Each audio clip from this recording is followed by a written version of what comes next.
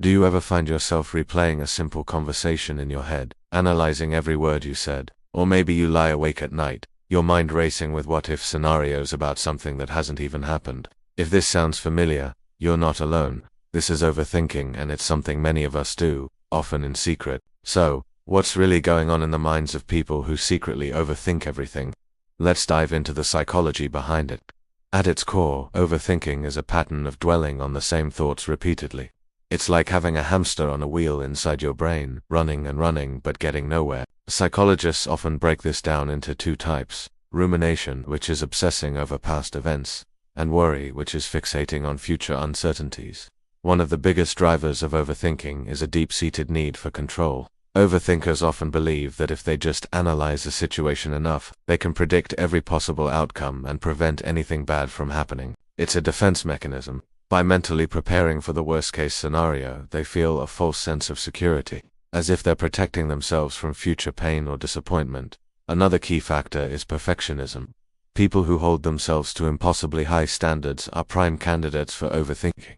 They might review their work endlessly, convinced there's a mistake they've missed. A simple email can turn into an hour-long ordeal of drafting and redrafting, all because of the fear of not being perfect. This isn't about striving for excellence, it's about being paralyzed by the fear of failure.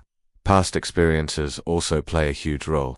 If you've been hurt or blindsided before, your brain might go into overdrive trying to prevent it from happening again. Every new situation gets filtered through the lens of past trauma, making you hyper-vigilant and prone to seeing threats where there might not be any. Your brain is essentially saying, I remember what happened last time, and I won't let that happen again. So how does this manifest in daily life? An overthinker might struggle with making decisions, even small ones like what to eat for dinner. They'll weigh every pro and con until they're completely overwhelmed. Socially, they might seem quiet or distant, but internally, they're busy dissecting every interaction, worrying if they said the right thing or if someone is upset with them. It can be exhausting and incredibly isolating. The good news is, if you're an overthinker, you're not stuck this way. The first step is awareness, recognizing when you're caught in a thought loop. Mindfulness practices, like meditation, can be incredibly helpful. They teach you to observe your thoughts without getting swept away by them. It's about creating a little space between you and your racing mind. Another powerful technique is to challenge your thoughts. When you find yourself spiraling, ask yourself, is this thought actually true? Is there a more positive or realistic way to look at this situation? Sometimes, just questioning the validity of your worries can rob them of their power.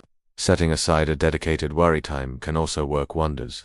Give yourself 15 minutes a day to overthink to your heart's content. When the time is up, you move on. This helps contain the overthinking instead of letting it bleed into your entire day. And remember, it's okay to not have all the answers. Life is uncertain, and trying to control every aspect of it is a recipe for anxiety.